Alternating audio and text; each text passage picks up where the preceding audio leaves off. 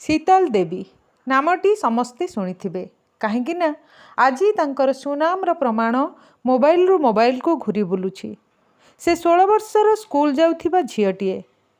जम्मू काश्मीर रे किश्तवाड़े तांकर जन्म। गरीब परिवार रे जन्म ए झियटीर जीवन जन्मरु संघर्षमय होइछि। बापा तांकर जणे कृषक। से फोकोमेलिया नामक रोगरे पीड़ित होई तांकर 2टी हाथ हराइछंती, किंतु एथिरे से हारी जाई नाहंती।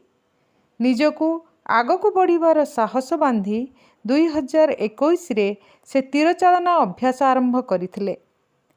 तांकर कोच अभिलाषा चौधरी और कुलदीप बेदवान से निजर 2 हाथ हराइथिले मध्य निजर दृढ़ इच्छाशक्ति और अदम्य परिश्रम बलरे से आज समस्तंक पाखरे एक उदाहरण साजिछंती।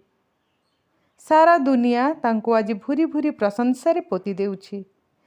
से 2टी स्वर्ण पदक और गोटिए रौप्य पदक जीति केवल जम्मू काश्मीर पाई नुह समग्र भारत रे गर्व और गौरवर विषय पालटिछंती।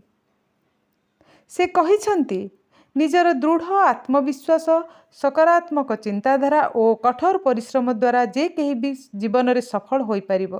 तांकर एही गौरवामंडित सफलता पाई भारतर प्रधानमंत्री श्री नरेंद्र मोदी तांको अशेष अभिनंदन जणैबा सहित तांको स्वागत मध्य करथिले।